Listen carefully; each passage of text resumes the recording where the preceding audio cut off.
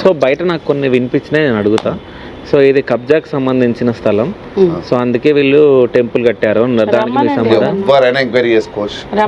కబ్జా అయితే వెనకాల నా జాగ ఉంది, ఇంకా ఓకే వెనకాలంతా నాదే. ఎట్లకెళ్ళి కబ్జా అవుతుంది చూసుకోమనండి వచ్చి.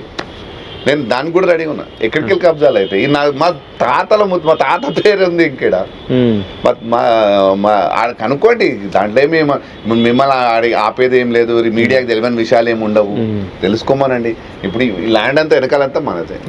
అయితే మీ ఫ్యామిలీలో ఎవరో చనిపోయినప్పుడు విగ్రహ ప్రతిష్ఠ చేసిరంట, ఎందుకు? సో విషయం చెప్తా. చనిపోయినప్పుడు చెయ్యలేదు. ఓకే. మాకు ఈ కార్యము ఇవ్వక ముందుకే 2 months ముందే అమ్మవారు మాకు ఒక మాట చెప్పిండు.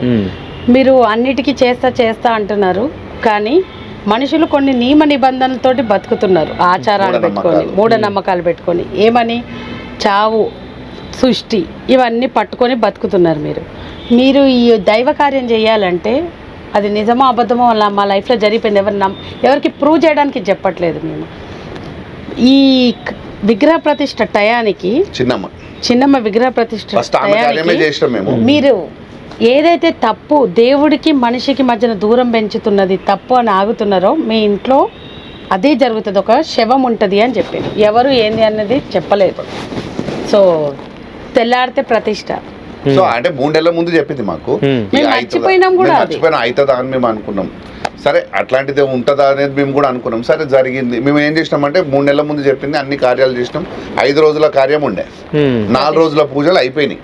రేపు పొద్దున ప్రతిష్ట చేయాలి 3 గంటలకి. సో మేము రాత్రి వెళ్ళినాం, అక్కడ అంతా పూజ చేసుకుని కంప్లీట్ వెళ్ళాం. నైట్ మా బాబాయ్ ఒక ఆయన చనిపోయాడు. మా పాలెలు అంటారు కదా, సృష్టి వచ్చినట్టు.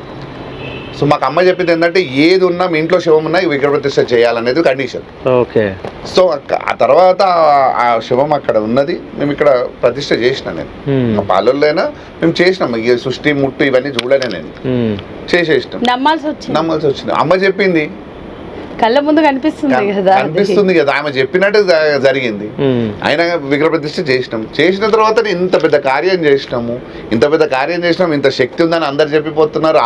అసలు అప్పటికి ఆ కార్యమే తెలియదు మాకు. మీకు ఇంకొక విషయం తెలుస్తుంది, ఈ రోజు వరకు మా చేతులతో మేము ఏ పూజ చేయలేదు ఇక్కడ.